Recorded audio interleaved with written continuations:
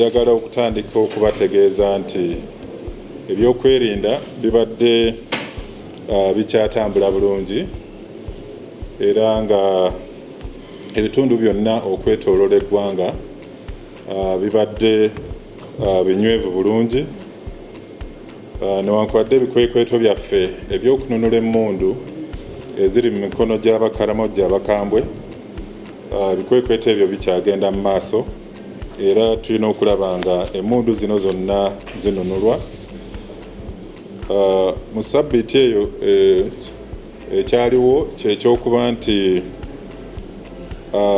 omukulu w'amagye akulira division eyokusatu Brigadier General Joseph Bali Kuddembe awamu n'abakulu mu byokwerinda mu kitundu ekya Karamojja basobola okugenda mu mambuka ga Kenya eri abaturukana era ne bakomyawo emmundu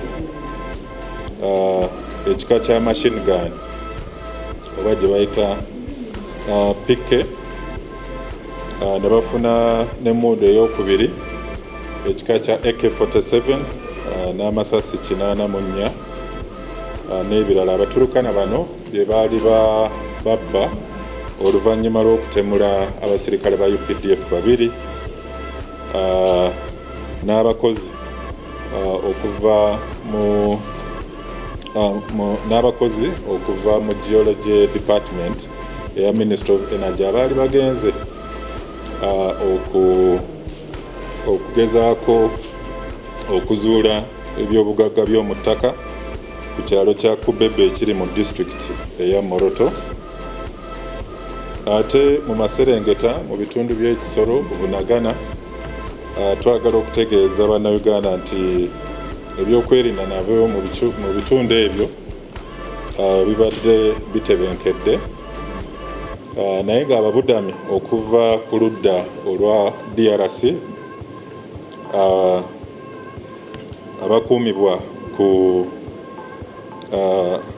abakuumibwa mu Nyakabande Refugee Transit Center baweredde ddala 932 naye nga ekirungi ekiri ku side eyo kiri nti abayeekera ba M23 okuva UPDF bwe yabatwala entyagi newamba n'okuwamba abamu ku bo ne tubajjako n'emmundu kati beewala nnyo okusembera UPDF weeri era beeyongeddeyoko mundako gye bakolera ebikolwa byabwe eby'effujjo. So abatuuze okuva e DRC abamu we butuuka obudde obw'ekiro basala ne badda Uganda ate obudde obw'okumakya ne baddayo mu nnimiro zaabwe n'okukebera ebitundu byabwe.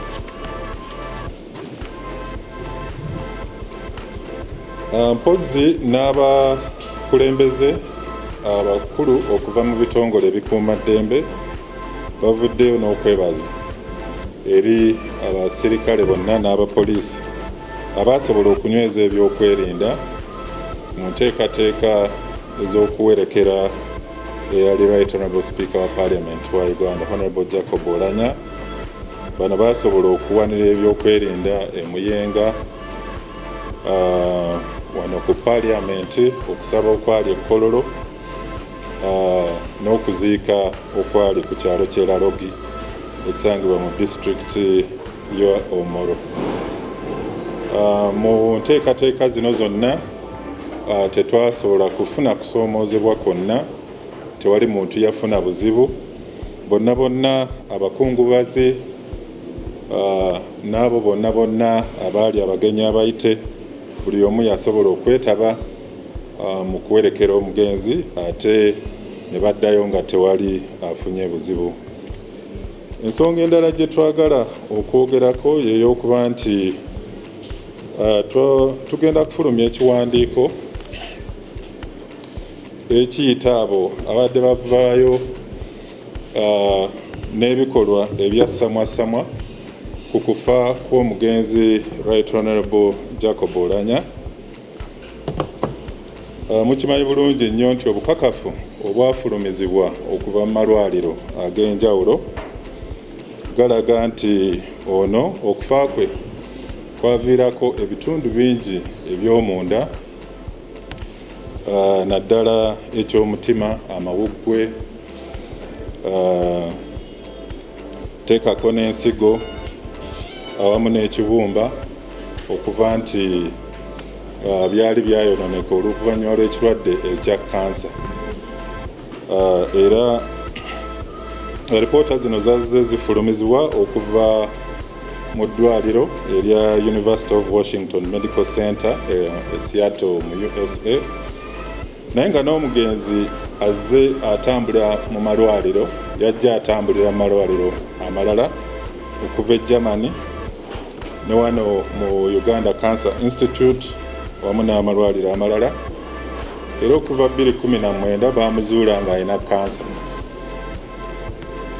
Mu malwaliro gonna ge yatambulamu wano e Uganda, e Germany awamu ne US, tewaliiwo kunoonyereza kwonna okusinziira mu kumwekebejja kulaga nti yali yaweebwa obutwa.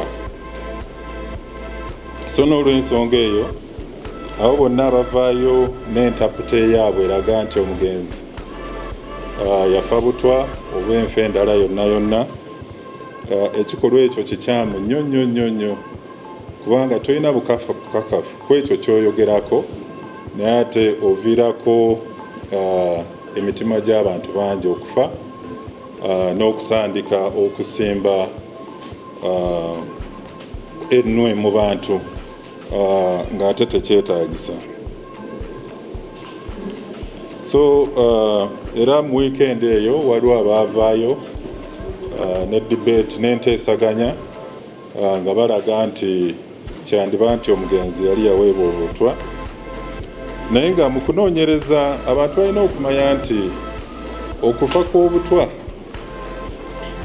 kweyoleka, kubanga bwe tuba tukola okunoonyereza tunoonya ddala obutwa kika ki obuba buviiriddeko omuntu oyo okufa. Obutwa tebusigala mu kifo kimu, obutwa butambula ne bulyoka busaasaana mu mubiri, mu musaayi n'okweyongerayo mpaka ekituuka mu kifo ekyo ekiviirako omuntu oyo okukola ki?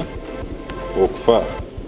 Okusinziira ku records ze twafunye, tewaliwo kiraga nti waliwo obutwa obwatambulira mu mubiri gw'omugenzi.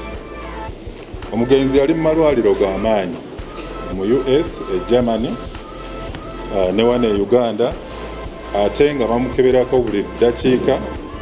Balina samples ze baatwalanga buli ddakiika okugenda okukebera, era samples zonna ze baatwala tewaliwo kyavaayo kiraga nti mwalimu obutwa.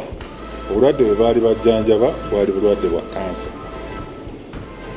So twagala okuyita abo bonna abazze n'entaputa yaabwe endala, ebikolwa ebyassamwasamwa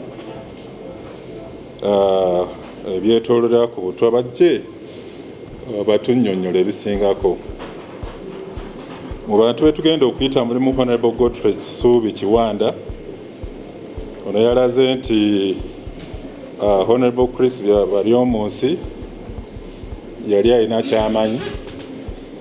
Tulina Honorable Gilbert Oulanyah, Honorable Santa Okot, Honorable Kyagulanyi Sentamu Robert, Bosmich Otim omuyimbi, Muzeyi Lokori Nathan, taata w'omugenzi.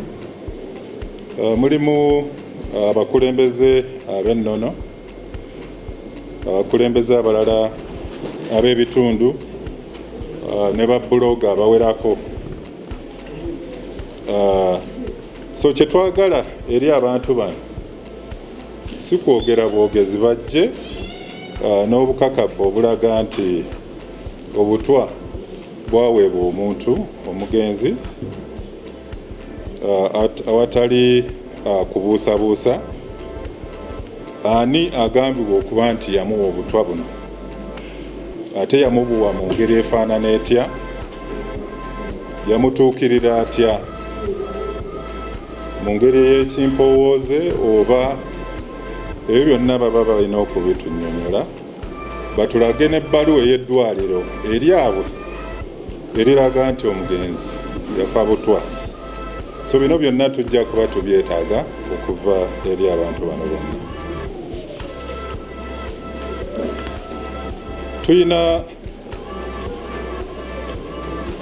Twagala okuwabula bannannyini petrol stations mu ggwanga oluvannyuma lw'okufuna cases ng'abazigu beeyongera okulondoola beeyongera okulumba petrol stations ez'enjawulo ne balyoka banyaga ssente n'ebintu ebiralalala. Abazigu bano batera okulumba petrol stations zino ze tugenda okwogerako ssaawa 8 mpaka ssaawa 10 ez'ekiro ng'ebitundu byonna bisirifu, abantu beebase, basikaali mu petrol stations zino abamu baba beebase.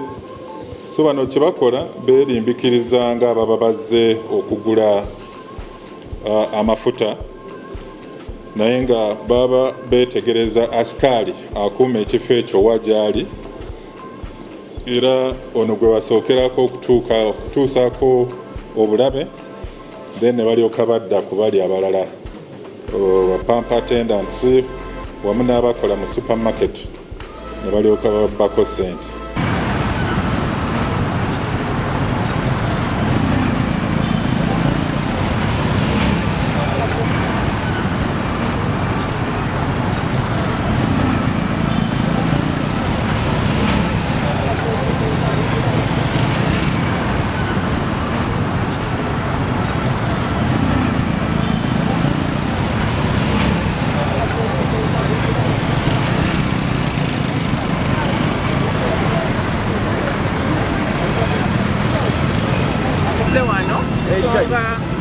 Ekwatagana n'abaami baffe tuvudde mu association y'abakyala tulina ebintu ebituyisa obubi